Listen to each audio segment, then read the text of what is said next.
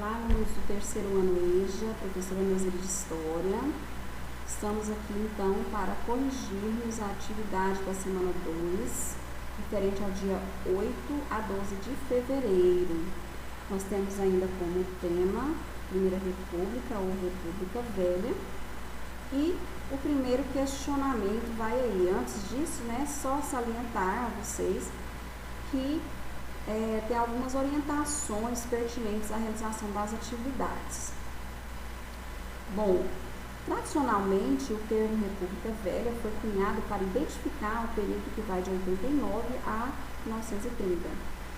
Sobre as características desse período e outras questões subjacentes, assinale V para verdadeiro e F para as proposições falsas.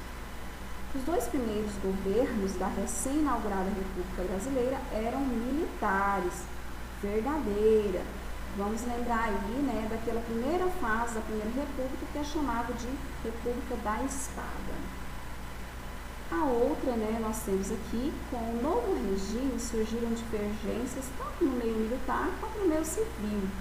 No meio civil, as disputas ocorriam sobretudo no campo ideológico entre três correntes: liberalismo, jacobinismo e positivismo. Sim, é verdadeira. Inclusive, vamos relembrar que a bandeira, a Constituição e algumas deliberações políticas e econômicas, elas foram inspiradas nessa corrente aqui, o positivismo, certo? E houve também uma fusão depois do liberalismo no âmbito econômico. Então, a princípio, o que predominou aqui foi o positivismo, mas todas elas estavam aí presentes nesse período da Primeira República. O jacobinismo eram mais pessoas, os conservadores, pessoas que apoiavam a volta da monarquia. Pode-se afirmar que os governos do período conhecido como República Velha implementaram medidas sociais de grande alcance, beneficiando a sociedade brasileira como um todo e visando acabar com as desigualdades sociais do Brasil. Então aqui, pessoal, aqui nós temos uma resposta falsa. Por quê?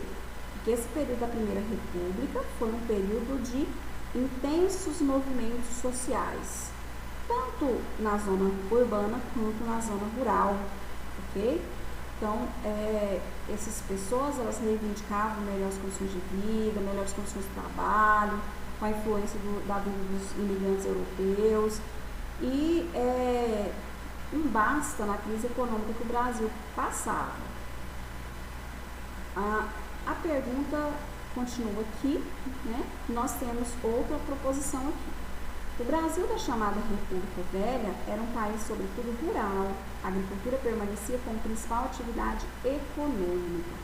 Então, a principal atividade econômica da época, oriunda da agricultura, que era o café. Sim, ele era um Brasil quase na sua totalidade rural.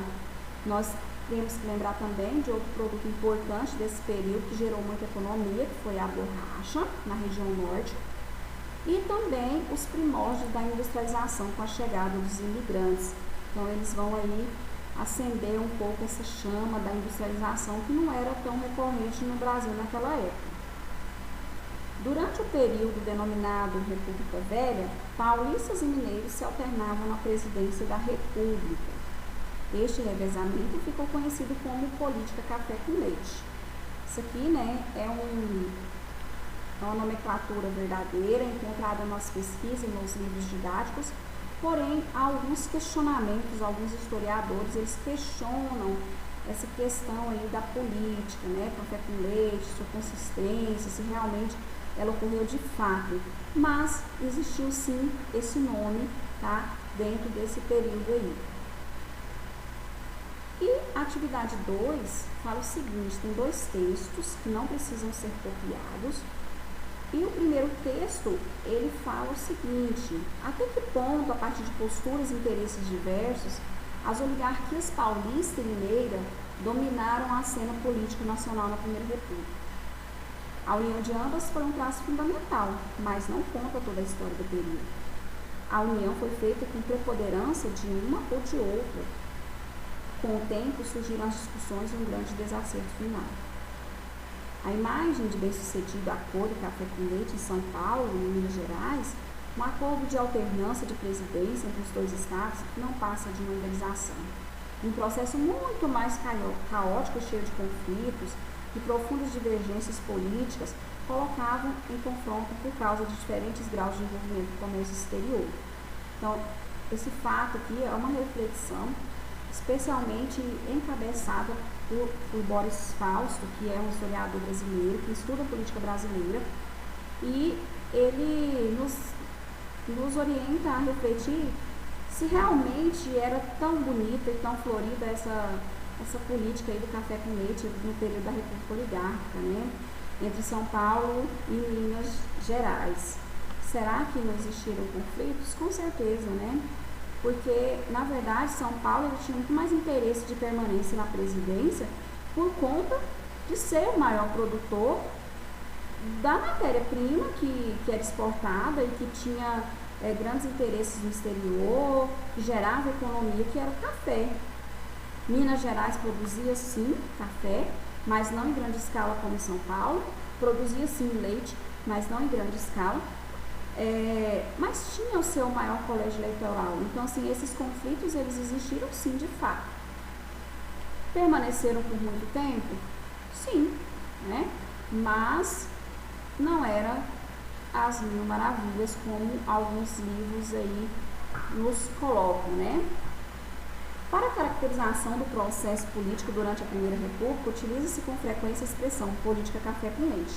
No entanto, os dois textos apresentam a seguinte ressalva sobre a sua utilização. Então, assim, nós temos aqui como opção as disputas políticas do período contradiziam a suposta estabilidade da aliança entre mineiros e paulistas. Então, na verdade, não havia essa estabilidade tão divulgada como as pessoas pensavam, né?